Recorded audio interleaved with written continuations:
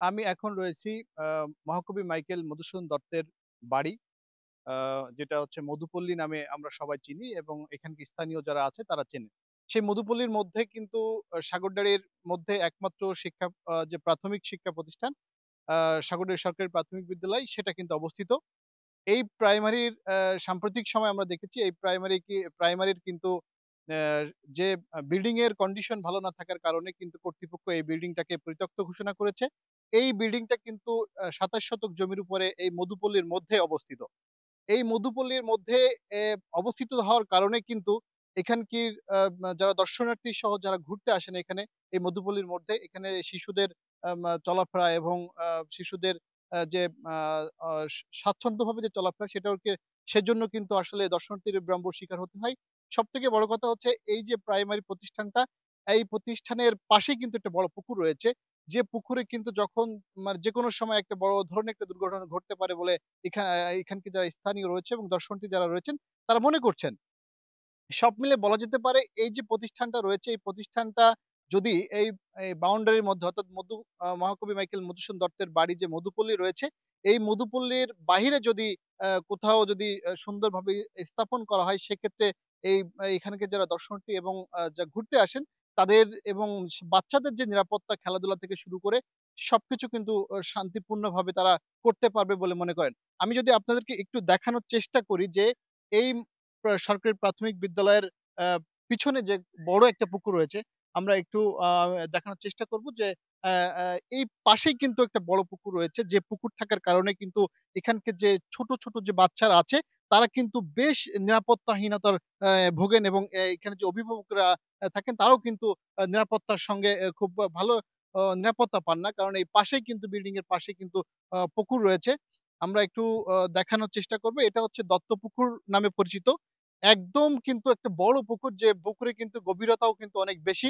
এখানকে এই যে আপনারা দেখতে পাচ্ছেন, এই যে আপনারা দেখতে পাচ্ছেন যে পুকুরটা, এই পুকুরটা কিন্তু আসলে দত্ত পুকুর হিসাবে পরিচিত এবং এই কবির বাড়ির মধ্যে কিন্তু অবস্থিত এবং এই যে প্রাইমারিটা, আপনারা দেখছেন প্রাইমারির ঠিক পিছনেই কিন্তু এই পুকুরটা থাকার কারণে কিন্তু যে বাচ্চা ছোট যে বাচ্চারা তারা খেলাধুলা কিন্তু স্বাচ্ছন্দ্যভাবে করতে পারে না এবং এই যে প্রাইমারিতে আসার জন্য আম যে পথ থাকার প্রয়োজন, সেই পথটা কিন্তু আসলে এখানে নাই। এখানে কিন্তু এই যে কবির বাড়ি যেখানে যারা দর্শনার্থী বিভিন্ন আ টিকেট কেটে কিন্তু এইখানে ভিতরে প্রবেশ করতে হয়। সেই প্রবেশ করার কারণে কিন্তু এখানে যারা ছোট বাচ্চারা রয়েছে তাদের আসতেও কিন্তু আ আ বেশ বিড়ম্বনার শিকার হতে হয়। স্থানীয়রা আমরা জানাচ্ছি। আমরা একটু এ বিষয়ে একটু এখানকার যে কর্তৃপক্ষ দায়িত্বে আছেন তার সঙ্গে কথা বলার চেষ্টা করব। ধন্যবাদ। যে ইনি এই প্রাইমারির আসলে কি ধরনের এনারা ব্যবস্থা নিচ্ছেন এর বিরুদ্ধে আ আ আমি একটু কথা বলব এখানকার কাস্টোডিয়ান এর সঙ্গে। যে আসলে আপনার আ প্রত্যন্ত অধিদপ্তরের মধ্যে প্রাইমারি আসলে থাকার নিয়ম আছে কিনা?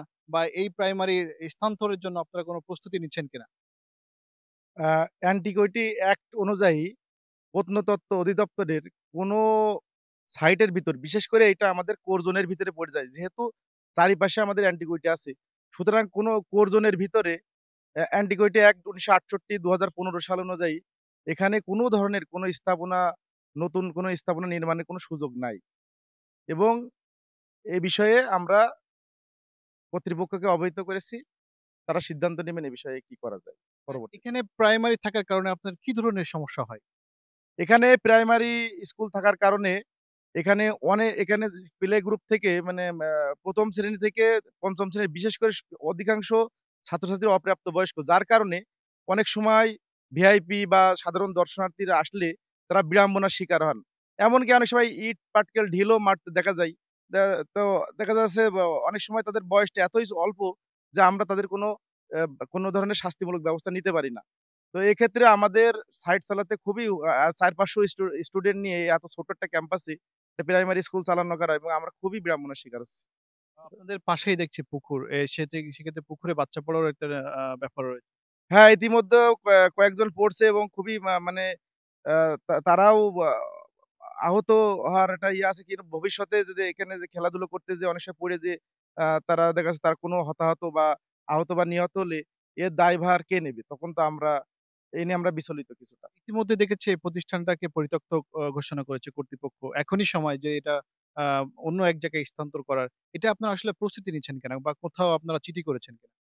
হ্যাঁ, ইতিমধ্যে উপজেলা নিলাম কমিটি কর্তৃক এই অত্র প্রাথমিক বিদ্যালয়টি বা অজ মা ব মানে পাঠদানের আ অযোগ্য ঘোষণা করেছে।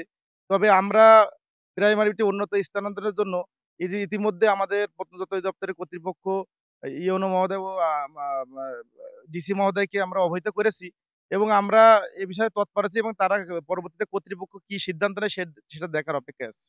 আ আ ধন্যবাদ আপনাকে। দর্শক, আমরা একটু কথা বলার চেষ্টা করব। প্রাইমারিটা আপনি দেখছেন। আসলে এখানে পাশে একটা পুকুর রয়েছে। সব মিলে এইখানে প্রাইমারিটা আসলে বাচ্চাদের জন্য কতটা নিরাপদ? যেহেতু ছোট বাচ্চারা একটু রিস্কি পজিশন হয়ে যায়, কারণ একদম প্রাইম পুকুরটা প্রাইমারি একদম জাস্ট পিছনে রাস্তার সাথে। তো এটা একটা যদি ফেন্সিং থাকতো অথবা আউটার সাইডে ফেসিং থাকতো, তাহলে এটা বাচ্চাদের জন্য অনেকটা নিরাপদ হতো। এখানে অনেকটা ডেঞ্জার পজিশন আসলে। ছোট বাচ্চারা তো সবসময় তারা অতটা ভালো বুঝতে পারে না। তো মনে করতেছি এটা এই ফেন্সিং এর বাইরে আউটার সাইডে হলে দর্শনার্থীদের জন্য যেমনটা ভালো হবে, বাচ্চাদের জন্য আরো বেশি উপকার। প্রাইমারি স্কুল এখানে থাকাটা আমার বিবেকের কাছ থেকে আমি মোটেও সমীচীন বলে মনে করি না। তার কারণ হচ্ছে এই প্রাইমারিতে শিশু শ্রেণী থেকে 5 পর্যন্ত ছেলেমেয়েরা আছেন। যদিও শিশু শ্রেণীর বাচ্চাদেরকে গার্জিয়ানরা নিয়ে আসেন, কিন্তু গার্জিয়ানরা কত সময় তাকে মানে তাদেরকে ফলো করে রাখবেন। পিছনে পুকুর, হয়তোবা কোনো দুর্ঘটনা যদিও কোনোদিন ঘটে যায় বা যেতে পারে, এমনও বা হতে পারে, কিন্তু যদিও কোনো সময় যায় তখন তো এই অধিদপ্তরের উপরেই চাপ আসবে। তা সেই দিক থেকে বিবেচনা করে আমি মনে করি যে প্রাইমারি স্কুলটা আসলে মধুপল্লীর ভিতরে না থাকাটাই আহ, মানে 100% মানে সত্যতা মানে সত্য আর কি। এবং এখানে প্রাইমারি স্কুল থাকাতে মনে করেন এই মধুপল্লীতে যে সমস্ত দর্শনার্থী আসে তারাও ভোগান্তিতে পড়ে যায়, কারণ বাচ্চারা বাইরে খেলাধুলো মনে সেভাবে করতে পারে। আমরা আমাদের সিকিউরিটি আছে ওখানে, তারপরে আমরা আসি সেই ভাবে আমরা দৃষ্টি দিয়ে তাদেরকে নিরাপদে সবসময় রাখার চেষ্টা করি, কোনো ক্ষয়ক্ষতি না হয় ওদের জন্য সবসময় সাবধানতা অবলম্বন করি। হ্যাঁ, এইভাবে আমরা চোখে চোখে রাখি, দেখি তারপরে যে ওদেরকে আমরা ওটা আর কি সে সাবধান ওরা নিজের থেকেই হয়ে গেছে, শিশুরা চলতে চলতে এটা অভ্যস্ত হয়ে গেছে আর কি।